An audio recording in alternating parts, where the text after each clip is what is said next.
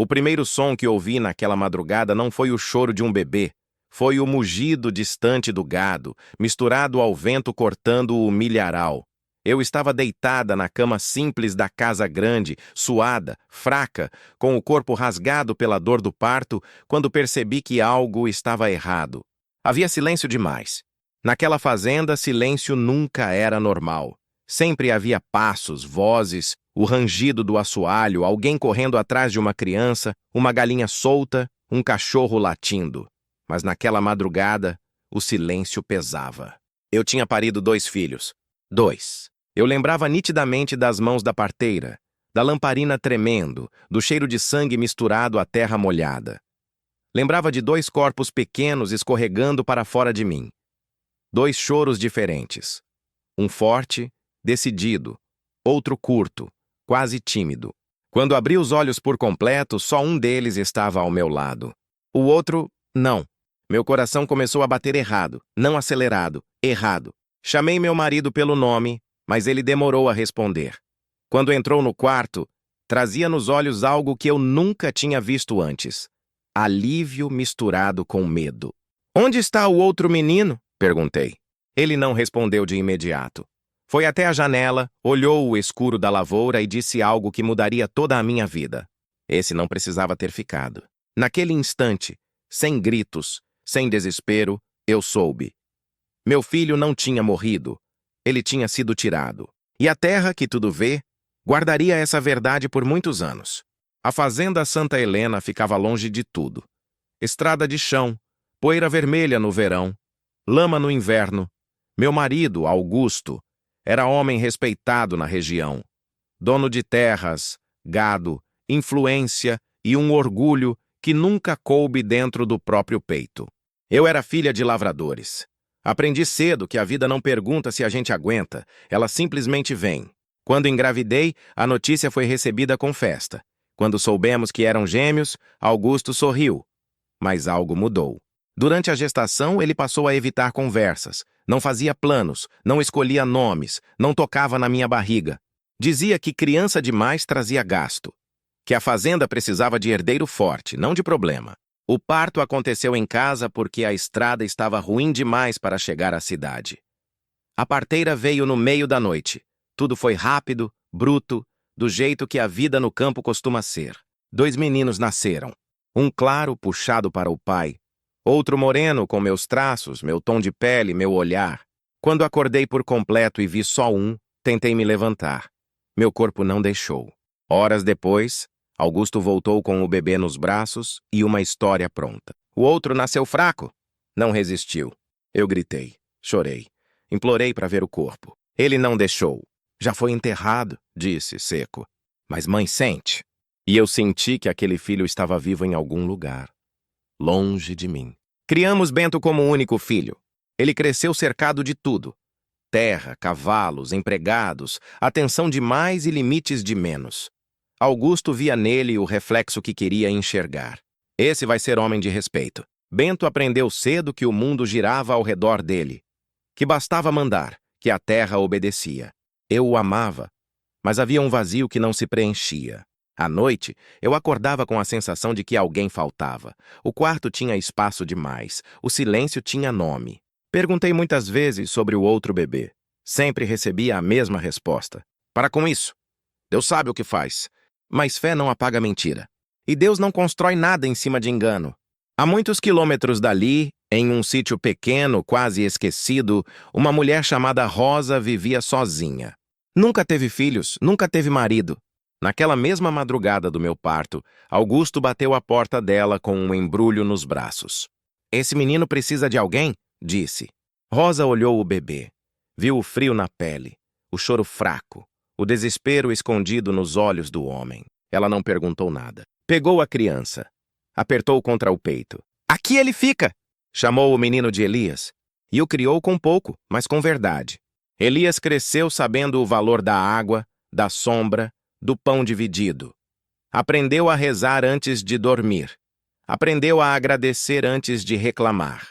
Enquanto um crescia com tudo, o outro crescia com o essencial. E a terra observava. Os anos passaram.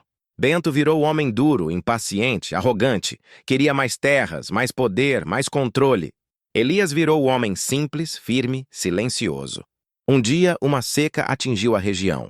A fazenda Santa Helena perdeu muito gado. Augusto adoeceu. Antes de morrer, chamou Bento. Cuida da terra e nunca questione o passado.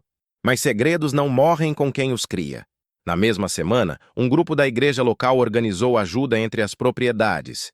E foi Elias quem apareceu na fazenda oferecendo trabalho. Quando o vi, minhas pernas fraquejaram. Não pela aparência, mas pela sensação. Era como olhar para alguém que sempre pertenceu àquele lugar, mesmo sem nunca ter estado ali. Bento desprezou Elias desde o primeiro dia. Gente assim não dura aqui. Mas algo aconteceu. Elias conhecia a terra, sabia ler o céu, sentia o tempo mudar antes dos outros. A fazenda começou a se recuperar pelas mãos dele. Uma noite, sentados à mesa, Elias contou sua história. Fui criado aqui perto. Não sei quem são meus pais, mas acredito que Deus não erra endereço. Aquilo me atravessou. Naquela madrugada, fui até o velho baú que Augusto nunca deixou ninguém abrir. Dentro encontrei um pano antigo e um pedaço de papel amarelado com um nome escrito à pressa. Elias, meu filho. Chamei os dois. Bento chegou com raiva. Elias, com respeito. Contei tudo. Cada palavra caiu como uma enxada no chão seco. Bento gritou, negou, quebrou coisas. Elias chorou em silêncio. Então, eu sou o filho que não quiseram? Respirei fundo. Você é o filho que Deus guardou. Bento caiu de joelhos quando entendeu. Não perdeu um irmão. Perdeu anos de verdade. E ali, no meio da sala simples da fazenda, fizemos uma oração. Não pedindo explicações, mas perdão. Hoje, a fazenda Santa Helena é cuidada pelos dois. Um aprendeu humildade, o outro, pertencimento. E eu aprendi que Deus escreve histórias longas, mas nunca abandona um filho no meio do caminho. O silêncio tomou conta da sala depois que a verdade foi dita. Não era um silêncio vazio. Era pesado, cheio de tudo o que tinha sido engolido ao longo dos anos. Bento permaneceu parado, os punhos cerrados, o rosto vermelho, como se lutasse contra algo dentro de si. Pela primeira vez na vida, ele não tinha resposta pronta, nem ordem para dar. A revelação arrancou dele a imagem de herdeiro intocável e o deixou nu diante de uma história que nunca pediu para existir. Elias, ao contrário, sentou-se devagar. Não havia revolta em seu olhar. Havia dor, sim, mas uma dor quieta, amadurecida pelo tempo. Ele passou a mão pelo rosto, respirou fundo e falou baixo. Então, eu sempre estive perto, sempre, e nunca soube. Aquela frase me atravessou mais do que qualquer grito.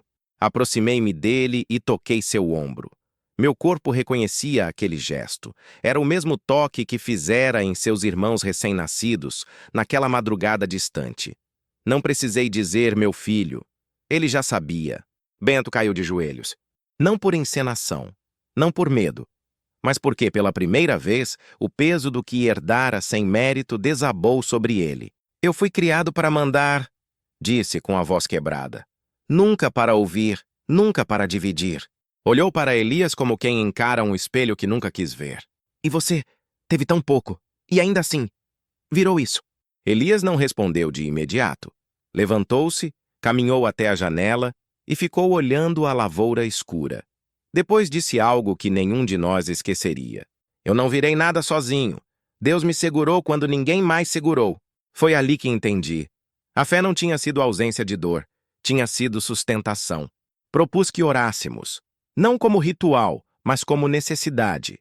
Não pedindo explicações, porque algumas respostas não cabem na nossa compreensão. Oramos pedindo coragem para continuar depois da verdade. Naquela noite ninguém dormiu. Bento chorou como criança, soluçando, reconhecendo o pai que teve e o homem que se tornou por causa dele. Chorou pelo irmão que nunca soube que era irmão. Chorou pelo amor que recebeu em excesso e pelo que nunca aprendeu a dar. Elias chorou por tudo o que viveu sem saber o porquê. Pelas perguntas sem resposta, pelo nome trocado, pela história interrompida antes mesmo de começar. E eu chorei pelo tempo perdido. Pelo leite que secou sem ter alimentado, pelos aniversários vazios, pelas noites em que orei sozinha, sem saber que Deus já estava cuidando. Os dias seguintes não foram fáceis. Verdade nenhuma vem para deixar tudo leve de imediato. Mas algo mudou. Bento começou a aprender, a ouvir, a pedir perdão sem justificar, a trabalhar com as próprias mãos. Pela primeira vez vi meu filho suar sem reclamar. Elias começou a pertencer, não como empregado, não como visita, mas como filho. Ele andava pela fazenda com um respeito silencioso, como quem pisa em terra sagrada. Aos poucos, os dois começaram a conversar. Primeiro pouco, depois mais, até que um dia riram juntos. Um riso tímido, ainda inseguro, mas verdadeiro. A fazenda voltou a produzir. Não porque a terra tivesse mudado, mas porque os homens que a cuidavam tinham mudado. Plantei uma árvore no centro do terreno. 2 mudas cresceram entrelaçadas no mesmo espaço, raízes diferentes, troncos próximos, copa única. Toda vez que olho para ela, lembro que nada foi em vão. Augusto partiu sem pedir perdão. Mas a verdade que ele tentou enterrar brotou, porque a terra não guarda mentira para sempre. Hoje, quando o sol se põe atrás do milharal, sentamos juntos na varanda. 2 filhos. Um claro, um moreno. Diferentes em tudo, iguais no essencial. E eu finalmente descanso. Não porque o passado foi apagado, mas porque foi transformado. Deus não devolveu o tempo, mas devolveu o que o tempo tentou roubar. E isso é milagre.